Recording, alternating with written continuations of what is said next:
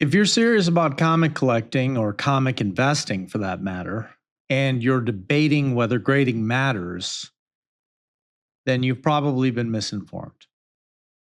Not because you're unintelligent, not because you don't love comics, but because the hobby has moved on and the rules have changed whether people like it or not. And if that bothers you, it's probably because you've either had a bad experience, don't like the fees, or you're emotionally attached to how the hobby used to be. And none of those are good reasons to ignore reality. Tonight, we're talking about why grading comic books is not optional, why CGC is the only grading company that actually matters, and why being anti grading is usually an emotional reaction, not a rational one. Let's be very clear right out of the gate. CGC is number one, full stop. Other companies exist, but they should not be part of the conversation when we're talking about major keys, long-term value, liquidity, or portfolio level collecting. This is not brand loyalty. This is market reality. Grading exists because raw books failed collectors for decades. And I'm going to get into that if you don't know what I mean, particularly if you've only been collecting after CGC was in business. A lot of people who are anti-grading usually start in the same place. They had a bad experience, a book graded lower than they expected, long turnaround, fees they didn't like. Maybe they graded some books that they thought were going to be worth something, then figured out that they weren't. Now, every time this topic comes up, you hear the same pushback. It's a scam. Nobody wants these. CGC made a mistake. Fees are too high. They like comics raw. They're a purist, a hobbyist. And that's fine, emotionally. But emotionally driven arguments don't protect you financially. Grading isn't about feelings. It's about protection, verification, standardization. Being anti-grading because you had one bad experience is like refusing to use banks because an ATM ate your card once. Grading exists because the hobby needs it. And if you understand what grading actually does, beyond putting a number on a label, it becomes very obvious why it's essential. And so we'll start with the easy one. First and foremost, provenance. A graded comic book gives you a fixed third-party snapshot of what that comic is at a specific moment in time. Grade, page quality, restoration status, completeness, it's all locked in. That matters when books change hands over years or decades. It creates trust, which is what the hobby relies on, between buyers and sellers who don't even know each other, especially when you're talking about the exchange of significant amounts of money. All of this is documented and universally understood, and you can usually find notes of these things on the CGC website if you put in the serial number. Another one of the most overlooked aspects of grading is page quality. And this is critically important because page quality dramatically affects value, longevity, desirability. I know plenty of comic collectors today that have been around a long time that they can't really tell the difference between white and off-white to white. It's a very fine line. Now, I don't think you're going to be very concerned about buying a book with white or off-white to white pages, but if there's cream, light tan, brittle even, how would you feel if you bought a big book and then you turned it in and it got brittle pages when the seller told you it wasn't? Pretty upset, I would imagine. White pages versus off-white pages, or cream, can be the difference between two books that look identical on the outside but are miles apart in market value. And that's just the reality of it. Most raw books almost never communicate that accurately. It's a seller's guess, and buyers assume, and everybody hopes. Well, grading removes that ambiguity. Then there's stuff that you can't reliably see on a raw book, like restoration, married pages, trimming, color touch, incompleteness, detached covers, centerfold replacements, first prints versus later prints. I could go on. These aren't hypothetical risks. They're common, especially in older books. And here's where context matters. Because back in the day, dealers absolutely modified books. Now, this was not always done maliciously. They were not done always to deceive people, but it happened.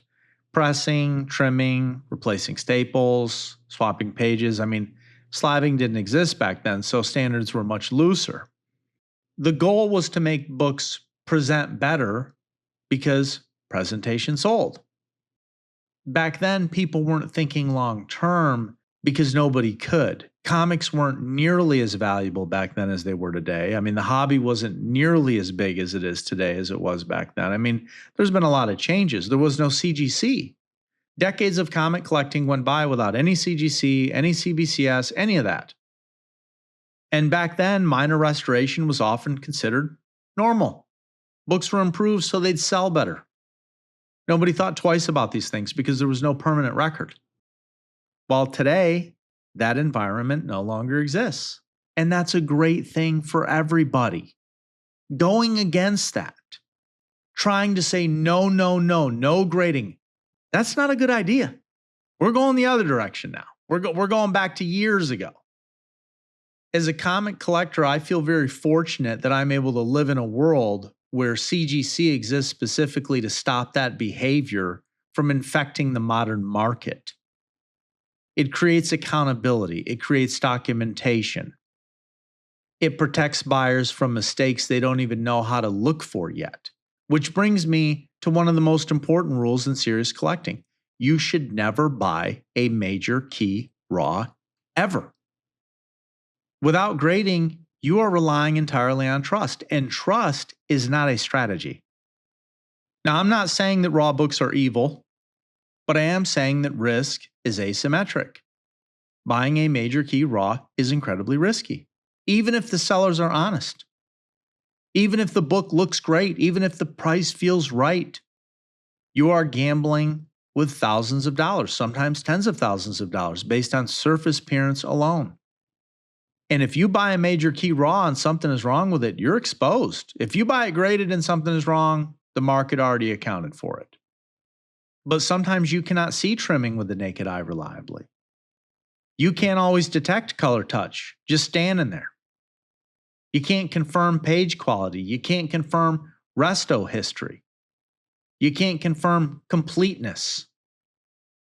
When you're trying to buy a big book or a major key, you're not just buying paper, you're buying certainty, and certainty only comes from grading. And this is why I'll say this plainly. If a book matters, it should already be graded. And if it isn't, that should be a red flag, not an opportunity. Because once that book is in your hands, all the risk is yours. Major key books should only be purchase graded ever. If a book is important enough to matter historically or financially, then it's important enough to be slabbed, period, full stop. And now this is where I think some people can misunderstand the conversation here and think that I'm saying everything should be graded. No, not at all. As a matter of fact, most books should not be graded ever. Modern books, non-keys, random variants, books with zero historical importance, no. The cost doesn't justify it and the market doesn't reward it. Grading is not about volume. It's about selectivity. It's not a badge of honor. You don't just put anything into it. It's a tool. Books that should be graded are keys, first appearances, first issues, classic covers, books with established historical relevance, books where value preservation actually matters. If a book doesn't meet that standard, grading it doesn't magically make it important. It just makes it expensive plastic and now you can't read it anymore. And this is where discipline comes in. Smart collectors grade selectively. Everything else can stay raw. Leave it all raw. Enjoy it exactly the way comics are meant to be enjoyed. But if that book carries real value, if it's something you'd insure, then you need to grade it. And another thing that grading does, and this doesn't get talked about enough, is it protects future collectors. Because when a book is slabbed, its story is transparent. There's no mystery, no debate. No awkward conversation later when a flaw is discovered. That stability is what allows the hobby to function at scale. Because that slab is not the enemy of the comic, it's the record of it. And so I want to address the emotional argument of I like holding my books because that's valid. But liking something doesn't make it smart to risk it. You can collect raw reader copies all day long. And even today, you can get online, digital copies, pretty much any book you want. Marvel and DC have tens of thousands of comics that you can read online. You can enjoy the hobby however you want to, but once real money enters the equation, sentiment has to step aside. Grading doesn't ruin comics, it doesn't kill the hobby, it doesn't eliminate joy, it simply separates collecting for fun from collecting with intention. It forces both parties to confront condition honestly.